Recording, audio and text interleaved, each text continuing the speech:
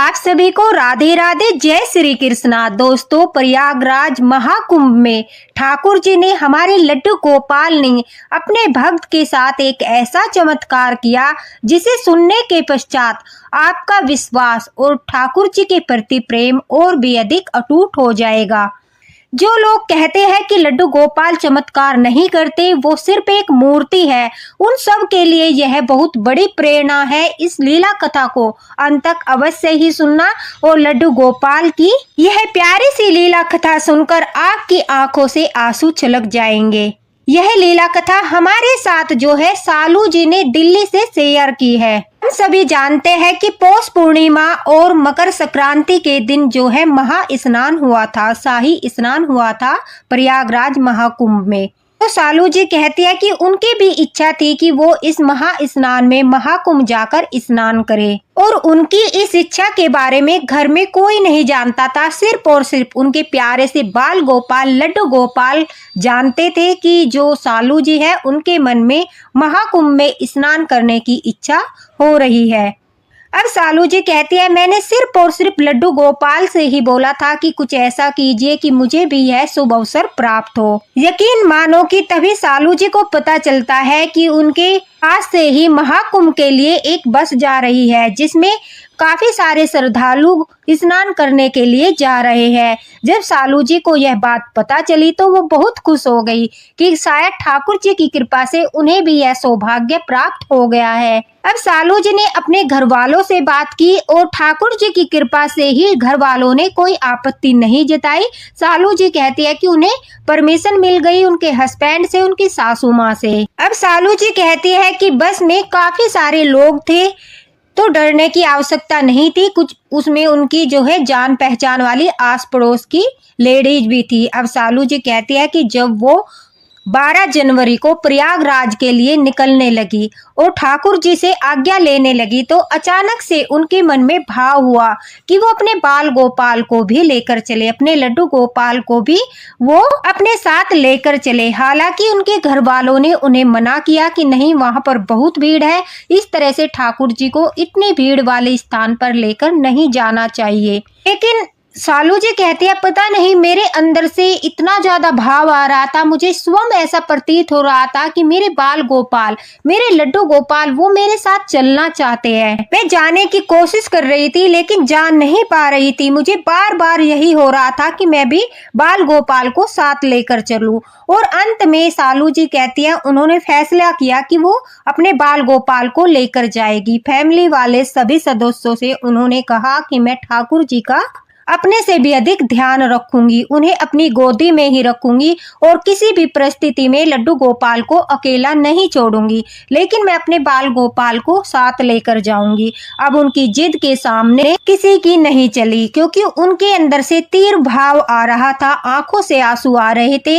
उनकी स्थिति को देखकर घर वालों ने भी सोचा चलो शायद यह ठाकुर जी की इच्छा है, वो स्वयं सालू के साथ जाना चाहते हैं, इसलिए उन्होंने भी आज्ञा दे दी। अब सालू जी कहती है वो अपने बाल गोपाल को एक छोटी सी प्यारी सी बास्केट में लेकर प्रयागराज के लिए निकल पड़ी। सालू जी के लड्डू गोपाल 5 नंबर के छोटे से है। उन्होंने उन्हें सुंदर पोशाक धारण कराई, उनका श्रृंगार किया, कुछ खाने के फल फ्रूट उनकी बास्केट में रख और ठाकुर जी को साथ लेकर सालू जी प्रयागराज महाकुंभ के लिए घर से निकल गई।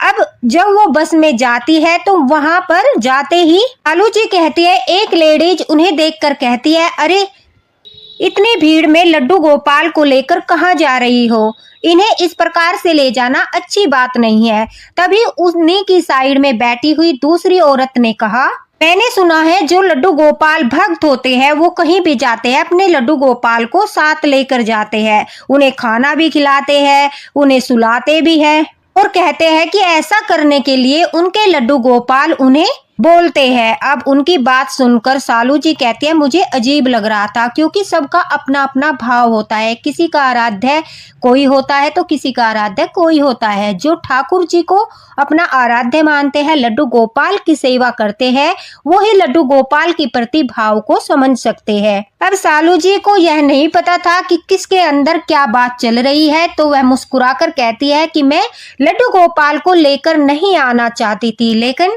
जब मैं घर से निकलने लगी तो मुझे ऐसा प्रतीत हुआ जैसे मेरे बाल गोपाल मुझे पुकार कर बार बार कह रहे हो कि मैया मुझे भी साथ चलना है। सालू जी की बातें सुनकर जो बस में दूसरी औरत थी उसके चेहरे की भाव भंगिमा देखकर ऐसा प्रतीत हो रहा था जैसे कि वो उपहास उड़ा रही है। उसने कहा, अच्छा तुम्हारे लड्डू गोपाल जो है वो बोलते भी है? ऐसा कहकर उसने अपना मुख बनाया और उसके मुख से पता चल रहा था कि वो उपहास उड़ा रही है। वह कहती है कि हमें तो पता नहीं था, मूर्ति भी बातें करती है। और इस तरह से कहकर वो जोर से हंस पड़ी। कालू जी कहती है, मुझे बहुत बुरा लग रहा था क्योंकि मैं अपने माधव के बारे में एक शब्द भी नहीं सुन सकती थी। अगर उनके बारे में कोई ऐसी बातें करता है तो मुझे बहुत गुस्सा आता है। अब मैंने कहा कि सबका अपना अपना भाव है और ठाकुर जी भी जिसका जैसा भाव होता है उसके साथ ऐसा ही व्यवहार करते हैं। इस प्रकार से बोलकर सालू जी कहती है, मैं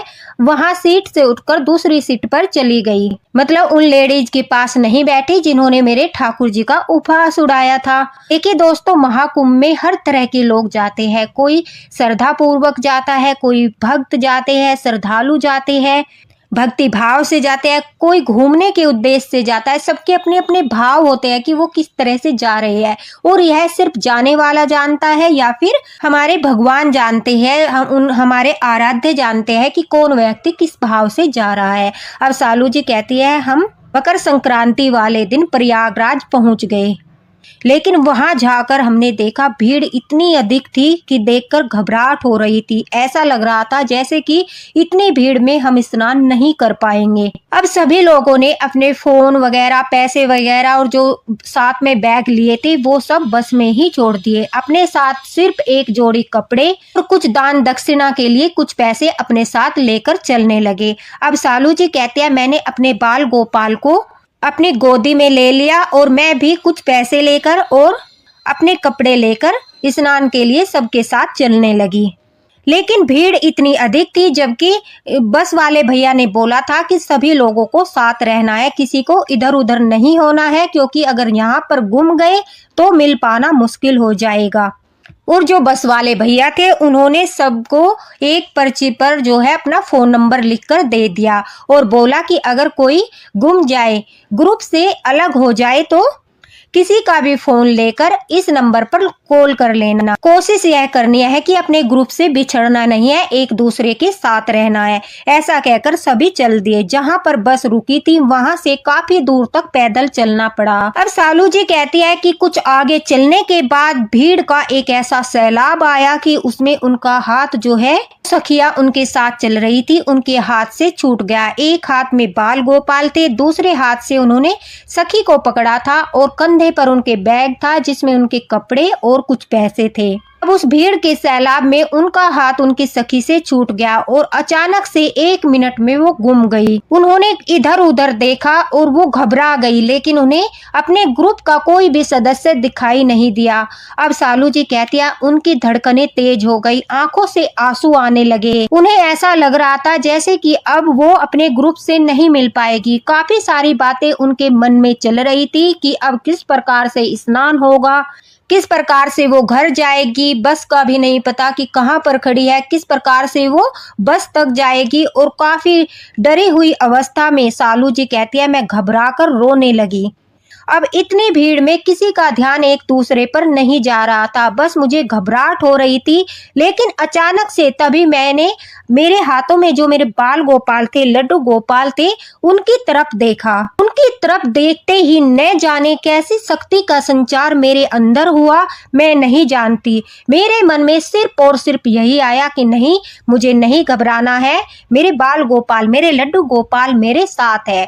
और जब सृष्टि के पालनहार, सृष्टि के रचयिता बाल गोपाल ठाकुर जी मेरे साथ है, फिर घबराने की आवश्यकता नहीं है। सालू जी कहती है, मैंने बाल गोपाल की ओर देखा और उन्हें कहा कि अब आप ही जानो कि हम किस प्रकार से घर जाएंगे, किस प्रकार से स्नान करेंगे। मैं सब आपके ऊपर छोड़ती हूँ, मुझे कुछ नहीं पता, आप मेरे साथ आए हो। मैंने वादा किया था कि मैं आपका ध्यान रखूंगी, लेकिन सब उल्टा हो रहा है, अब आपको ही मेरा ध्यान रखना है।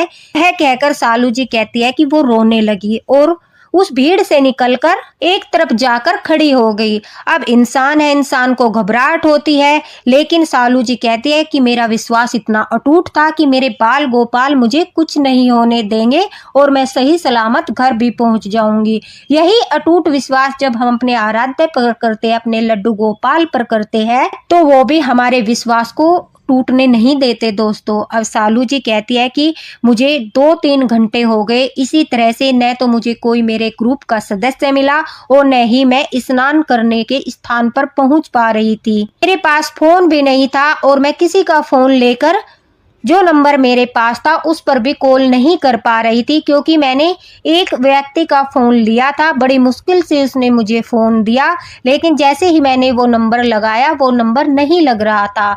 तभी जल्दी से भीड़ होने के कारण उस व्यक्ति ने भी अपना फोन ले लिया और आगे निकल गया। सालू जी कहती है कि उस भाग दौड़ में किसी के पास इतना समय नहीं था कि 2 मिनट खड़ा होकर किसी की मदद कर सके, क्योंकि भीड़ बहुत ही ज्यादा थी और जिसके कारण सभी लोग धक्का मुक्की करके आगे बढ़ने में लगे हुए थे। अब सालू जी कहती है वो निराश होकर जहां पर खड़ी थी वहीं पर बैठ गई। अब उनकी आंखों में बार बार आंसू आ रहे थे कि हे ठाकुर जी, हम कैसी परिस्थिति में फंस गए हैं। शायद न तो मैं स्नान कर पाऊंगी और न ही मैं घर जा पाऊंगी। यह सोचकर और अधिक घबराहट सालू जी कहती है मन में होने लगी। लेकिन कहते हैं जब हमारे आराध्य हमारे साथ होते हैं, हमारे लड्डू गोपाल हमारे साथ होते हैं, तो हमें सचमुच घबराने की आवश्यकता नहीं होती है। जब हम सब कुछ उनके ऊपर छोड़ देते हैं तो वो ही रास्ता निकालते हैं। 2-3 घंटे के बाद अचानक से सालू जी कहती है यही कोई 24-25 साल का लड़का उनके पास आकर खड़ा हो गया और उनके हाथों में बाल गोपाल को देखकर कहने लगा, अरे मैया आप यहाँ पर हो, हम इतनी देर से आपको खोज रहे हैं। चलिए जल्दी से, सभी लोग आपका इंतजार कर रहे हैं, हमें जाने में देरी हो रही है। पहले स्नान कर लेते हैं, उसके पश्चात हमें शिविर में भी जाना है और फिर कुछ खाना पीना खाकर हम वहां से निकल जाएंगे। अब सालू जी कहती है कि मैंने उस लड़की को बस में नहीं देखा था, लेकिन फिर भी मुझे ऐसा लगा जैसे मानो ठाकुर जी ने उसे मेरी मदद के लिए भेजा है। उसकी आवाज में एक अलग ही मिठास थी। मैं उसके साथ साथ उसका हाथ पकड़कर चलने लगी। अब सालू जी कहती है वो मुझे जहाँ पर ले गया वहां जाकर मुझे बड़ा आश्चर्य हुआ।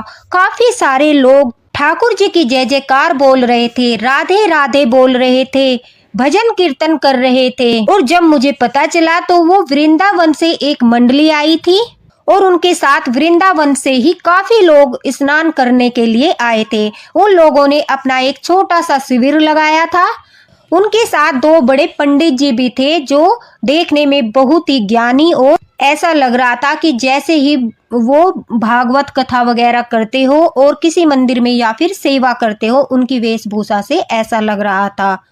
सालू जी कहते हैं मैंने कुछ नहीं कहा कि मैंने सोचा ये सब ठाकुर जी की मर्जी है, लड्डू गोपाल की मर्जी है, जो कुछ हो रहा है होने देती हूँ। अब ठाकुर जी को प्रणाम करते हुए वो भी मंडली के साथ साथ आगे बढ़ने लगी। कुछ समय के पश्चात भीड़ को हटाते हुए वो सभी लोग जो है राधे राधे बोलते हुए, ठाकुर जी की जय जयकार बोलते हुए स्नान घाट पर पहुंच गए और वहां पर इतनी भीड़ में सभी लोगों ने स्नान किया। स्नान करने के बाद सभी लोग शिविर में आए। वहां पर उन्होंने कुछ सात्विक भोजन किया, थोड़े से भजन कीर्तन किए और फिर सब चलने की तैयारी करने लगे।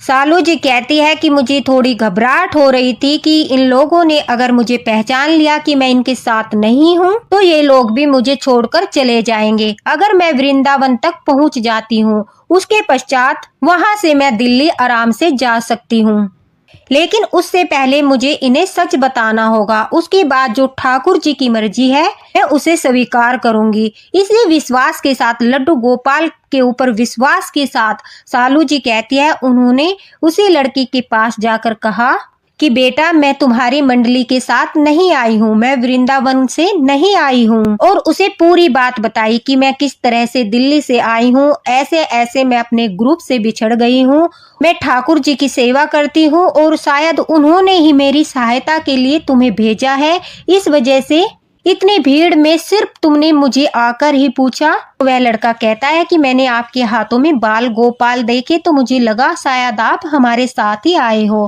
क्योंकि सभी लड्डू गोपाल भक्त हैं, बिहारी जी के भक्त हैं। लेकिन आप घबराइए मत, कोई बात नहीं, आप हमारे साथ चलिए, वहां से फिर हम आपको आपके घर भेजने की भी व्यवस्था कर देंगे, क्योंकि आप एक लड्डू गोपाल भक्त हो, बिहारी जी की भक्त हो, तो बिहारी जी के भक्तों की सहायता करना ही हमारा उद्देश्य है। माता जी आप घबराइए मत और निसंकोच हमारे साथ चलिए। शायद ठाकुर जी भी यही चाहते थे कि आप हमारे साथ स्नान करें और फिर हमारे साथ ही प्रस्थान करें। उसकी बातों को सुनकर सालू जी कहती है कि मेरे मन को इतनी शांति मिली, मुझे इतना अच्छा लगा कि ठाकुर जी ने मुझे इतना बड़ा सौभाग्य प्रदान किया कि मैंने वृंदावन वासियों के साथ स्नान किया, वो भी महाकुंभ में स्नान किया। साथ ही साथ जो जिस बस में उनका उपहास उड़ा रहे थे, जो लोग यह सोचकर हंस रहे थे कि भला मूर्ति भी बोलती है, उन लोगों से लड्डू गोपाल ने उन्हें बिल्कुल अलग कर दिया। यह सब लड्डू गोपाल का चमत्कार नहीं तो क्या था। सालू जी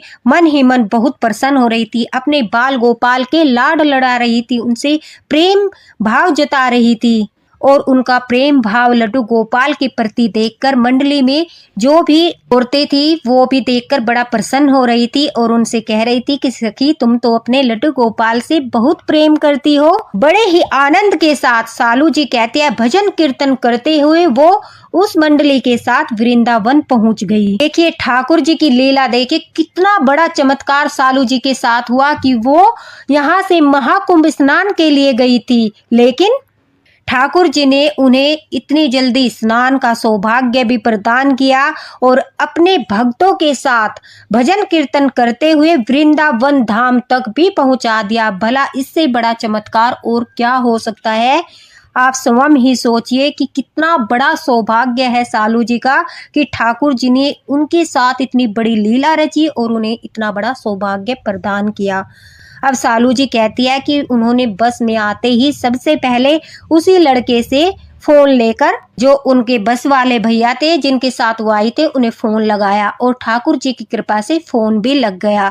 अब उन्होंने उन्हें सारी घटना बताई और सालू जी को पता चला कि अभी तक वो लोग स्नान नहीं कर पाए थे, भीड़ अधिक होने के कारण अभी वो सब लोग भीड़ में ही फंसे हुए थे, जबकि सालू जी स्नान करके लड्डू गोपाल बिहारी जी के भक्तों के साथ अब वृंदावन के लिए प्रस्थान भी कर चुकी थी। सालू जी के मुख से सारी घटना सुनकर वो बस वाले भैया भी आश्चर्यचकित थे और कह रहे थे कि धन्य भाग्य है आपके कि ठाकुर जी आपके साथ है, आप लड्डू गोपाल साथ लेकर आई हो, इसलिए वो सिर्फ एक विग्रह नहीं, वो साक्षात रूप में आपके साथ साथ चल रहे हैं, आपका हाथ पकड़कर चल रहे हैं। तभी तो आपने हमसे पहले स्नान कर लिया और अब आपको ठाकुर जी ने वृंदावन जाने का भी सौभाग्य प्रदान किया है।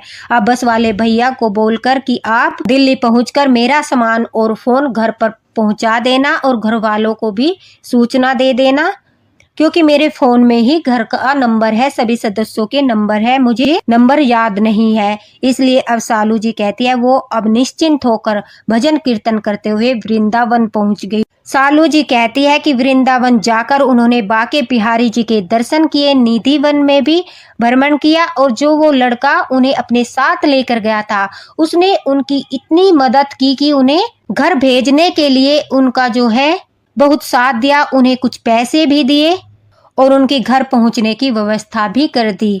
अब सालू जी कहती है वो अपने लड्डू गोपाल को लेकर बड़ी ही खुश होकर वृंदावन से अपने घर लौट रही थी और घर आने के बाद जब सारी घटना उन्होंने अपने घर वालों को बताई कि किस तरह से लड्डू गोपाल ने उनका ध्यान रखा, उनका हाथ पकड़कर वो उन्हें स्नान कराने ले गए और उनके साथ ऐसी ऐसी लीलाएं रची कि उन्होंने कभी सपन में भी नहीं सोचा था।